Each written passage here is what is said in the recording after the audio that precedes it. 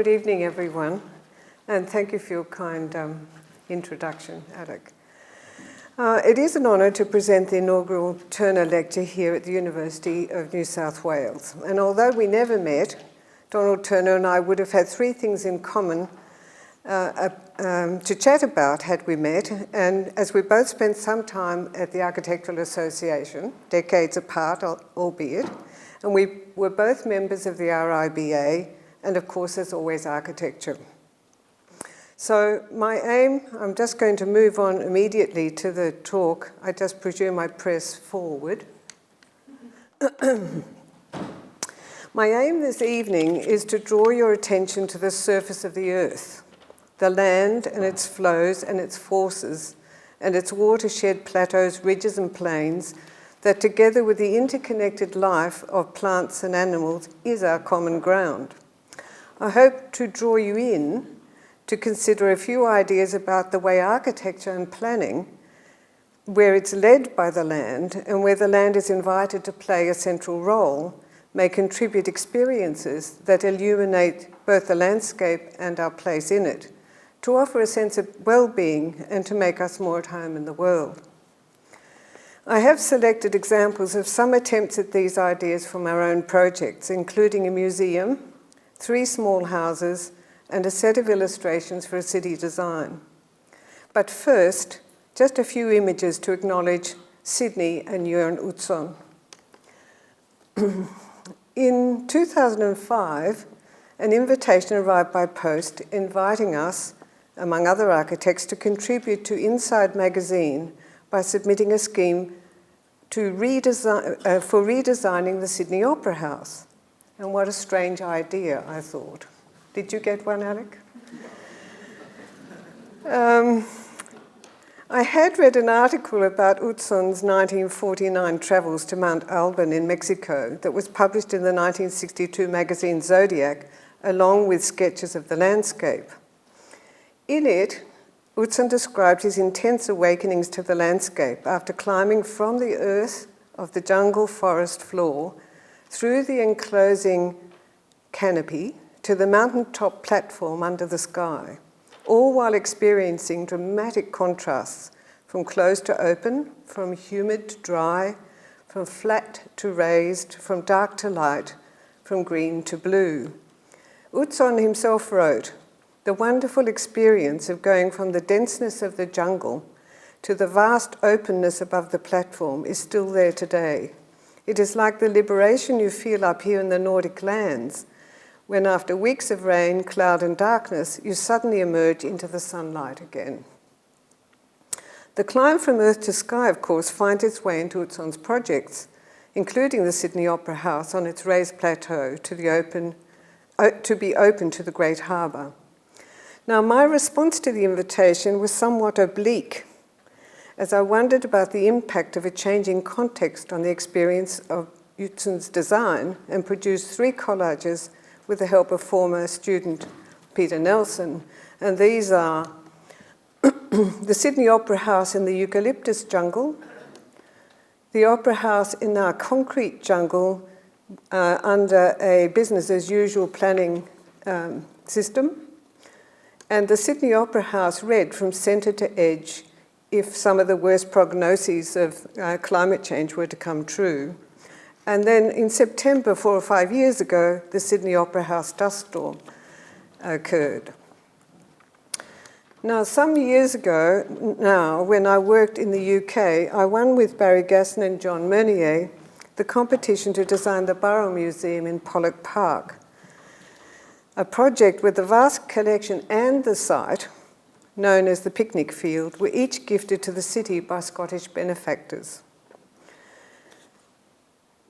The site presented an open grassed field bounded by stands of mature trees and was big enough to offer the 242 competitors a variety of siting options for the new museum.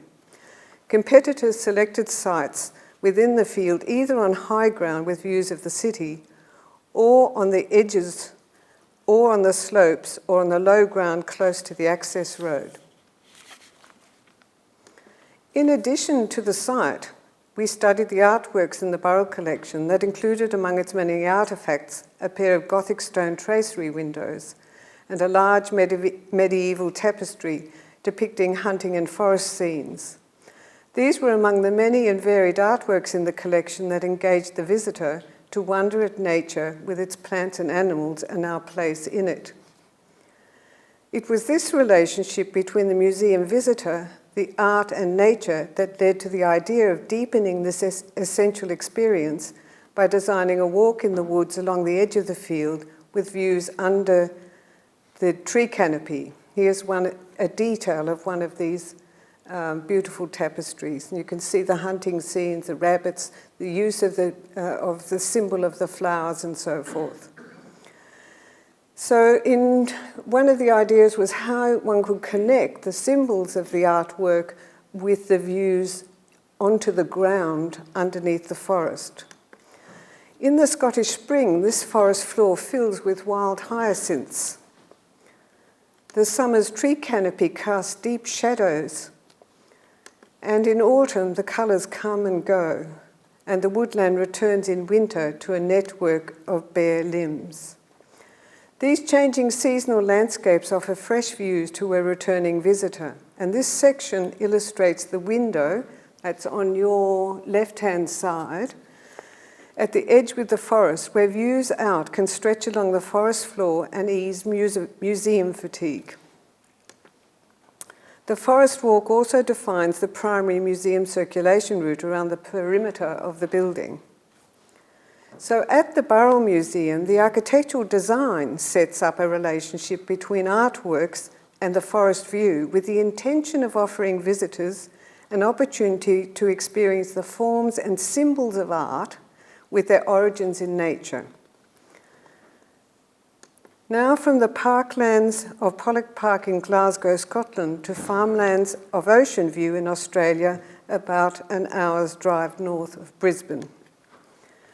This is one of the three small houses where in each case we are attempting through architectural design to relate the buildings with the land and its flows. These three houses are work by Peter O'Gorman and me. So while every place that we work is unique, and every place that we work in is uniquely placed in its own surroundings, we attempt to design for continuity between the building and the land, often by adopting a position of deference, such as stepping aside, looking for cues from the landscape to generate geometry, colour, scale, form, rhythm, for example, to insinuate alignments and connectivity, both with the land and with the airflow and daylight. We tend to look for continuity across the ground plane to increase the visual legibility of the greater landform and to support the integrity of the watershed and its ecology. We find that where relationships between buildings and the land can be made intelligible and conciliatory, the impact and experience contributes to well-being.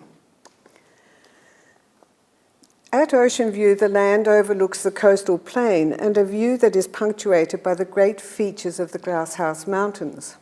The owners of the property required a house and a shelter for tractor and car, and so Peter and I were invited to select a location and prepare a design for a 3-bedroom house. From the high ridge to the south, which is where we're looking from, the folding watershed runs down towards the north before dropping steeply towards the Great View. To give the house a foothold in this big landscape where the topography is dominant and the building program is slight, the form of the built structure was designed to align with the landform. At the place of entry to the site, here, the horizontality of the diagonal ridge, which you can spot from the centre there running to the right, underscores the distant horizon line between the ocean and the sky. The south gable roof, which is this very slack gable here, with its symbol of home, folds about the ridge right at the line of the main entry to the house. The long eave on the north and this is a completely different view of the roof, follows the line of the slope of the land and sheds rainwater into tanks at the far end. There is a small cut in the land, or here I think you can pick up the way that the roof will work. So from the centre of the top line, you can see the ridge running from the centre to the left, which is horizontal, and the lines running from that junction to the left and the right are the fold of the gable, and the line here on the downside that you see is all in one plane, and the tanks sit at the end.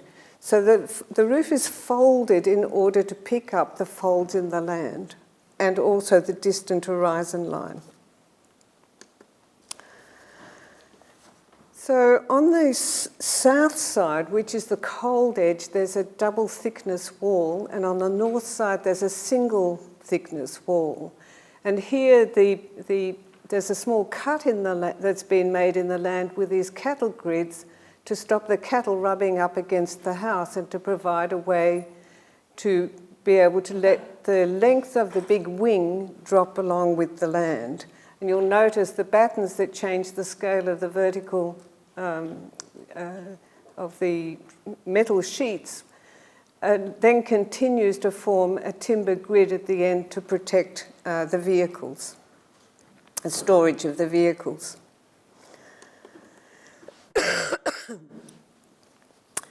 So there's the entry sequence in itself. One enters at the point of the gable and the ridge, in through a mudroom, onto a foothold on this rock, this big step, and that rock is a chip off the old block of the volcanic cores that you see in the distance.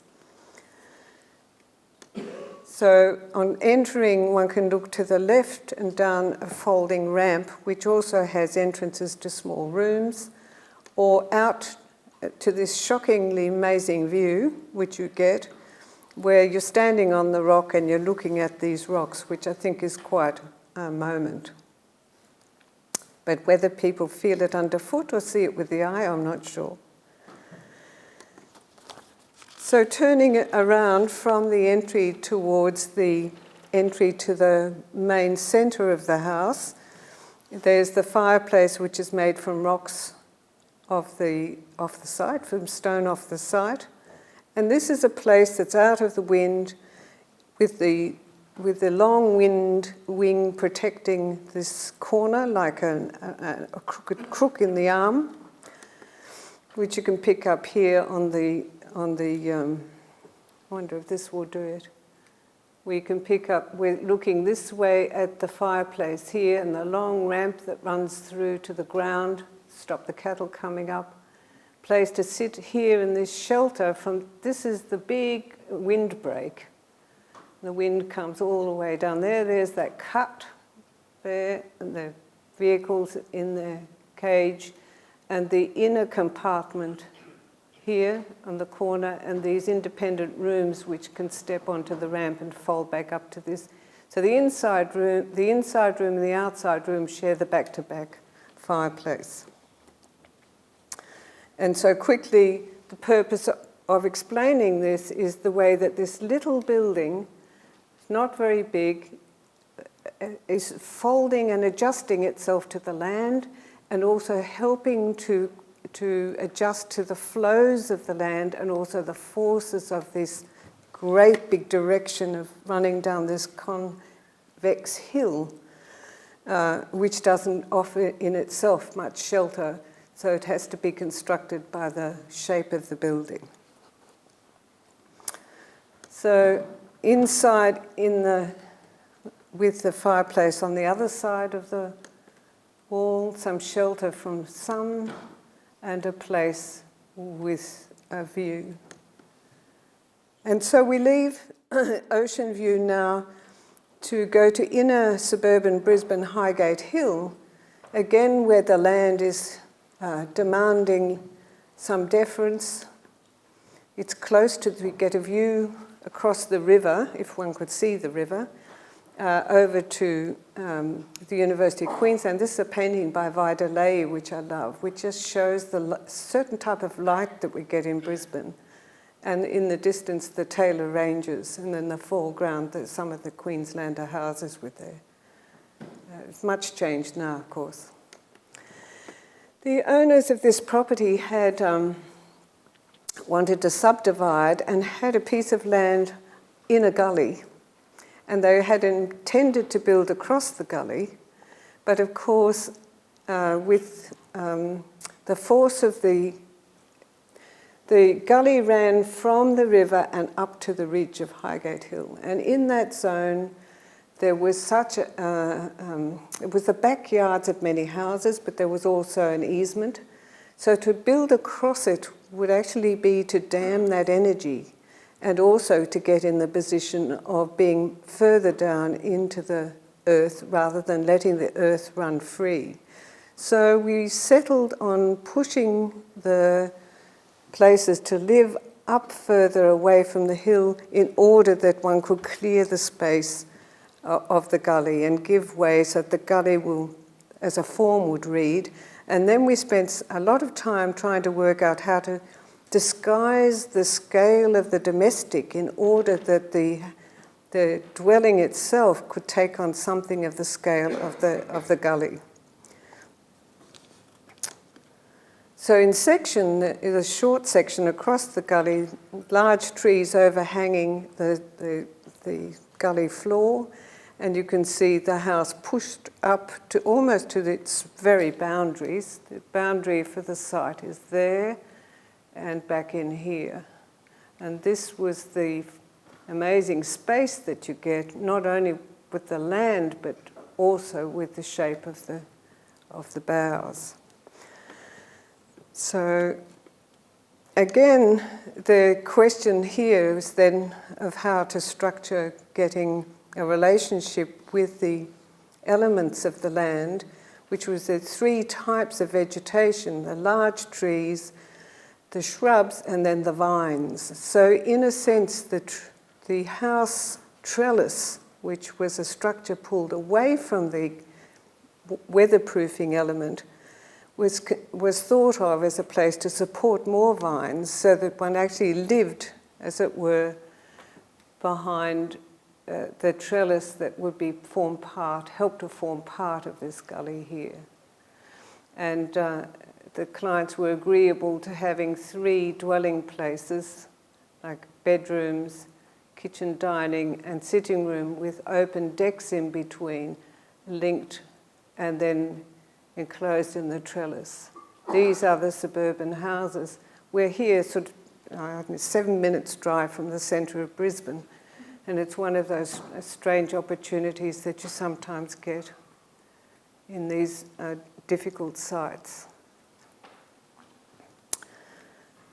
But here again, it's about deference, but also the reason for pushing I'll go back, for pushing the rooms apart was north is up the page. And this is a western wall with big trees and a little gully. In order to get any winter light, one would need to offer some of that wonderful opportunity back to those rooms. So the flow of the land and the sunlight was important. I think you can see here the way in which the trellis helps to set up a series of layers, just like the vegetation. So there's an insinuation of the material and the colours. See also the plan with its open decks, open deck, open deck. And just for familiarity's sake, bedroom, bathroom, bedroom, open deck, kitchen, eating, open deck, place to sit. Downstairs, 2 bedrooms, a little laundry workspace, a place for children to set up plays, and a little stage. So the layers of the screens and the layers of the plants are an attempt to get the continuity and contribution of the building and the landscape to one another. Another painting by Videlay. Plants and sticks, light, views. And then, of course, because we're up against the hill, you get the undercroft space just on the back side of here, which is that famous Brisbane or Queensland space, which is under the house, where all the naughty boys hang out, and all sorts of things get pushed through the decking boards, and cats go to die, and prams get left, and things like that. And also where the skin really shows off the sun, where at night you can see fireflies or you can light candles.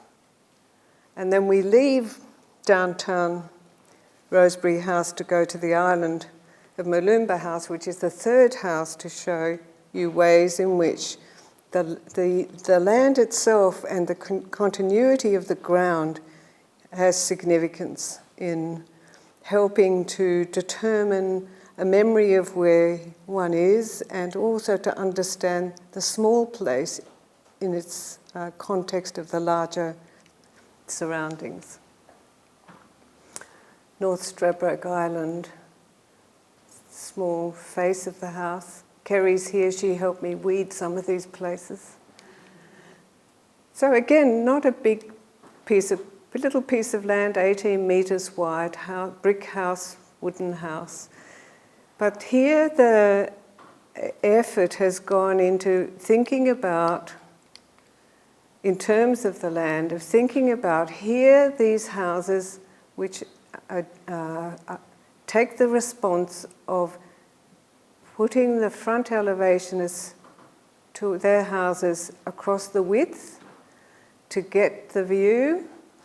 They cut off the continuity of the hillside that runs from the beach up through the dunes, up across the road, up the hill, up to the ridge. And here, there is no sense that that is continuing, and not here either. So it was of interest to us to see how we could possibly fragment the plan so that we could always be aware that this was part of a great dune that formed the island. And we did that also because there were some old Banksias that had survived. This had never, like those other three sites, they'd never ever been built on. And that's a huge responsibility that we have in Australia, because in Europe there might have been many layers of building. But in Australia there are so many places where there's never been any building, and how to do it so that one can maintain some of the quality of the underlying seems important. So we made a very skinny house, kept the beautiful Banksia trees as much as we could. And this is Michael Barnett's amazing drawing. Eventually we also built this little fringe piece so that this was a kind of eroded gallery, a little open deck that you can look under and over, and then a thin plane here with a 2.4 metre long edge, part of this story, and 2 rooms around 2 courtyards on the other side. So here it was about keeping the vegetation and the land in connection, finding ways to use the colour of the underneath of the Banksia plant, the two-toned grey, white, and the black of the shadows of the vegetation, and the grey fibre cement of the plants in their tree trunks. And again, the transparency and the porousness not only of the site boundary but also of the building, which is possible in this part of the world, to fragment the light, to ease up from the glare, and also to provide places for breeze. One little room to creep into in July. Emily and I have had to go and light a fire there and huddle up for 1 week of winter. There's in fact 3 kind of landscapes here. There's the found landscape, there's this constructed landscape, and then there is here we can watch the light change. And there's the opportunity also to make small places away from mozzies. One small view to the ocean, place to eat. And this is the mythical landscape. This is the sort of come back, come back, come back, come back. This is the place in the trees, the little tree house, which is like a little basket, which could be a nest or it could be a bower of some kind. So these are attempts in little houses, and the question is now with the cities becoming the suburban houses and the little houses being replaced by big buildings and more covering of the land with asphalt. The question is, well, how can any of these principles be applied to the way we might design our cities? And the only way we could think, I worked with Mara Francis on this question, which was, it started with an idea. Well, first of all, we couldn't take over the world with our house and do just this multiplication, and this wouldn't be dense enough. But we did think we would start a process of critiquing the very city centre of Brisbane, this particular city frame that we took on, because we were noticing that all the development that was underway and planned, there was no plans to increase external space.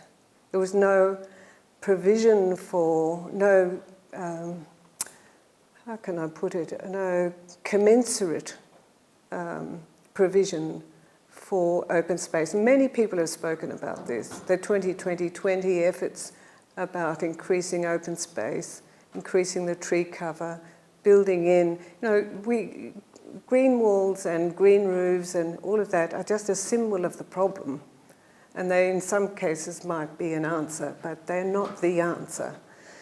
So we decided we would do 3 things. We would do 3 analyses, taking publicly available information, and then we would do a speculation on it. So we started by doing an analysis of what the Brisbane City Council had identified as open space, green space.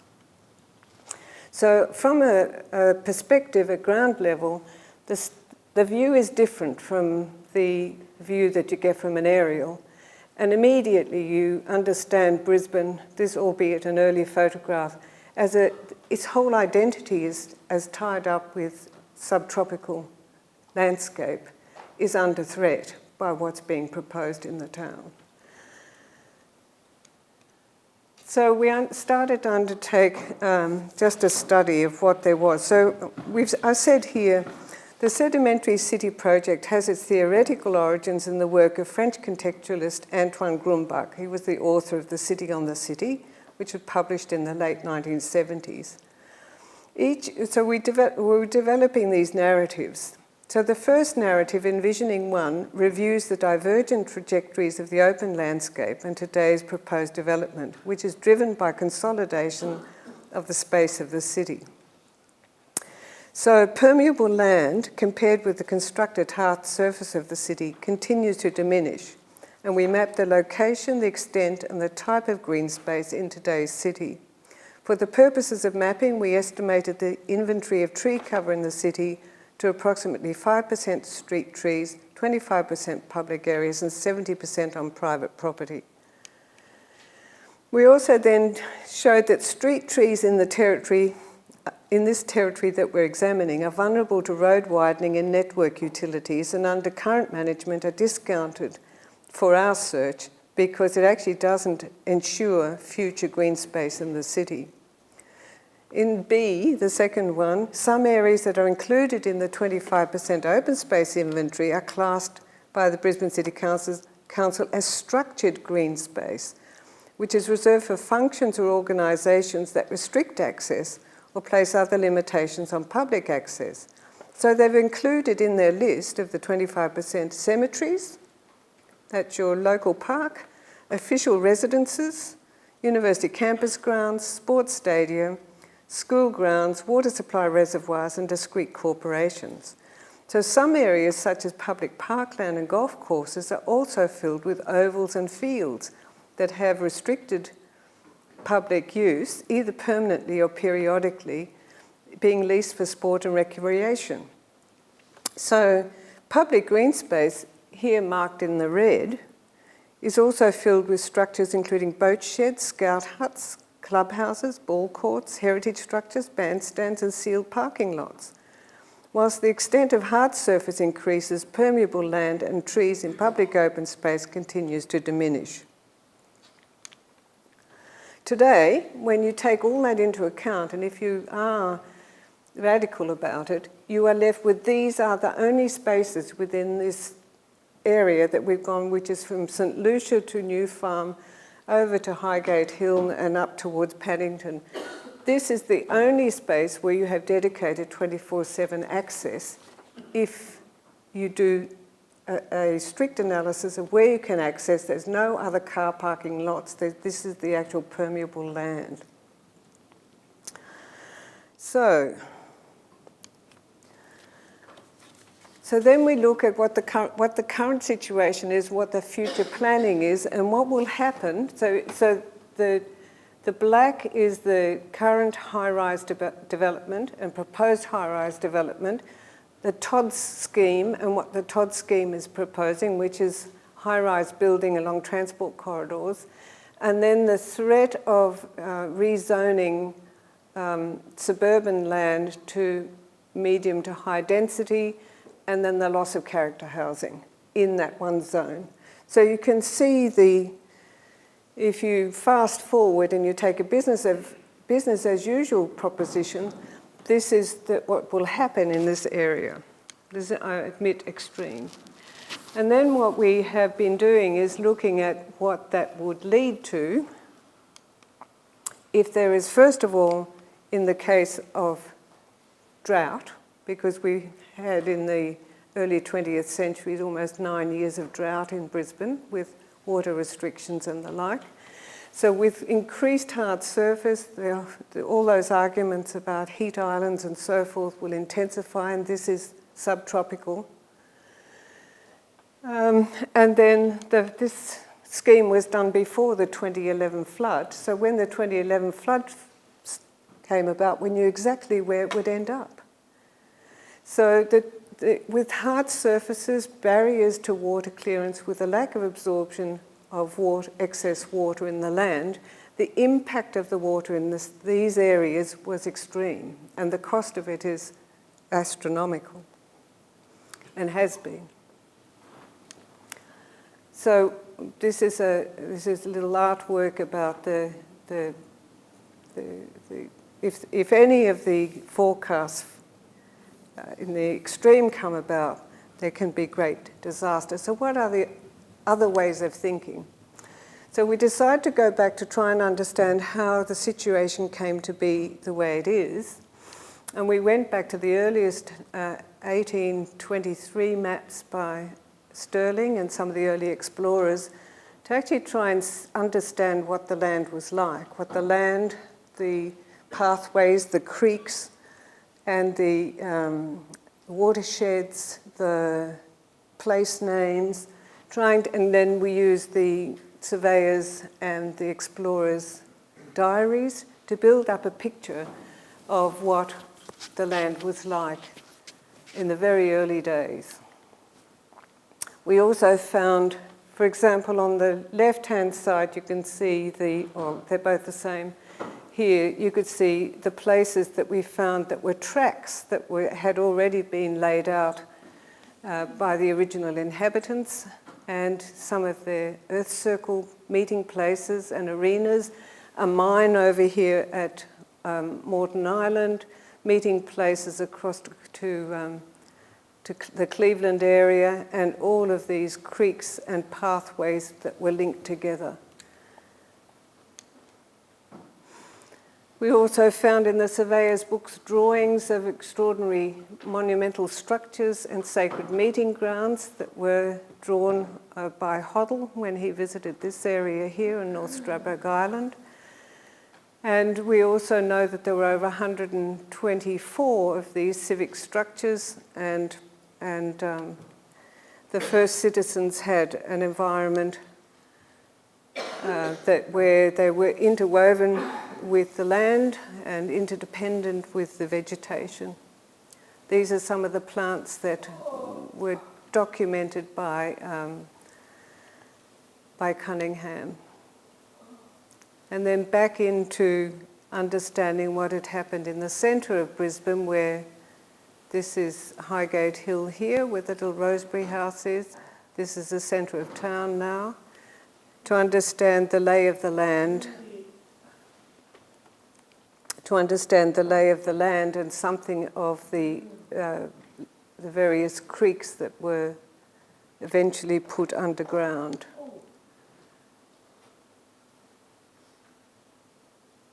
These are all from the early 19th century. And in building up some sort of understanding of what the geography was like, the plant life was like, and the way that the place was flooded, because there was also records in the 19th century of the floods.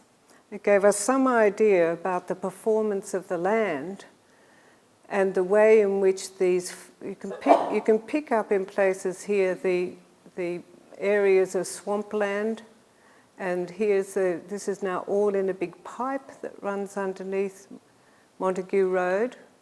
This is the Western Creek that runs up to current Government House. All of these have been, most of them have now been put into pipes.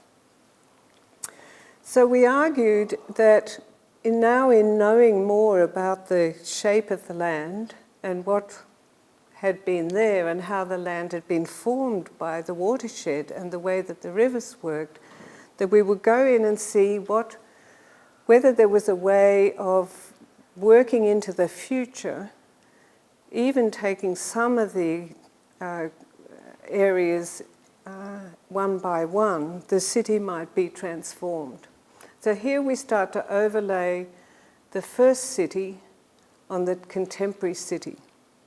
So you will remember that I was pointing out that creek that runs along Montague Road. This is now latterly had been built up with light industry because of the level of flooding that would occur in that place, for example. Here are the sort of floodings that we were trying to avoid, to try and understand what areas would have to be tackled and how. So in an overlay, we found when we could overlay the first city and the laying out of the pipe works, we could start to see the relationship between the networks of piping and where the creeks were.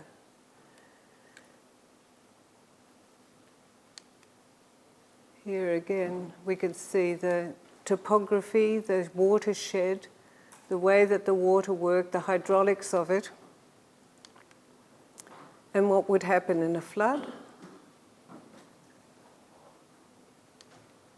and how one would start to see what would have to be removed in order to be able to control the losses, the major losses in future floods.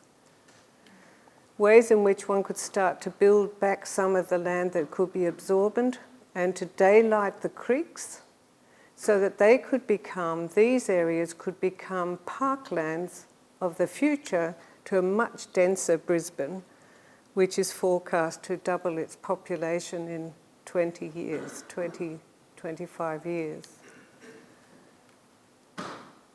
is the University of Queensland, and we tried to work out how, if these creeks were daylit and some of the absorbent landscape around them could be re-established, this is back into Government House and this is up to the Taylor Ranges, that might of itself give rise to ideas about how these areas that were out of the worst of the flood could be developed so that they all had access to these linear parklands, and then one could come down to the river and one could link through to the other areas.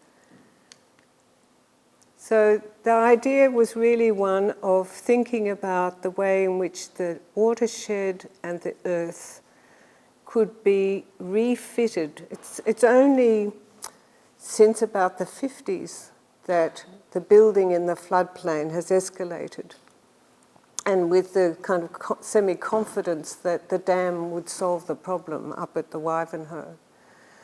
But I think it would be a much bolder move to incrementally start to rethink the land and step out of the way rather than to constantly build up and shore up barriers against future flooding. Because in fact we get flash flooding from rainstorms and river flooding from long-term problems.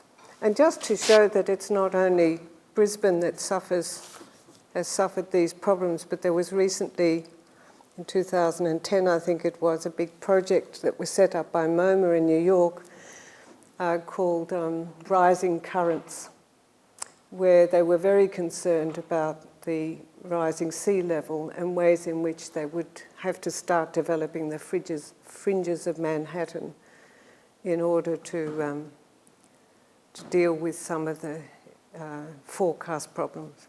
But I will end on that slide because I think it is a kind of call to arms to actually think about that in, 400 years, there's been such incredible loss of permeable land or absorbent land and places for trees to grow and to support an ecology.